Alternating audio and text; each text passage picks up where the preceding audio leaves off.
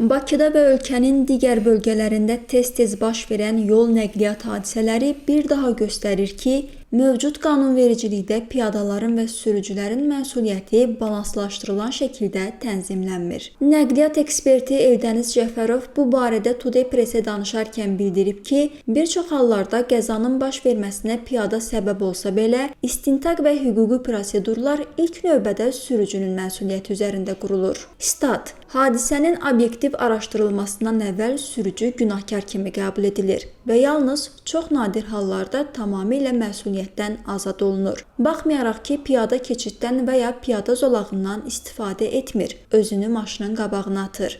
Fikrimcə, mövcud qanunvericiliyə görə piyadaların yol hərəkəti qaydalarını pozmasına görə tətbiq edilən 20 manatdan 40 manata qədər olan cərimələr yüksəldilməlidir. Bununla yanaşı, daha sərt inzibati tədbirlərin tətbiqi zəruri olar. Statın sonu. Qeyd edək ki, rəsmi statistikaya əsasən yol nəqliyyat hadisələrin əhəmiyyətli hissəsi məhz piyadaların qayda pozuntuları ilə bağlıdır. Türkan İskəndərli, Today Press.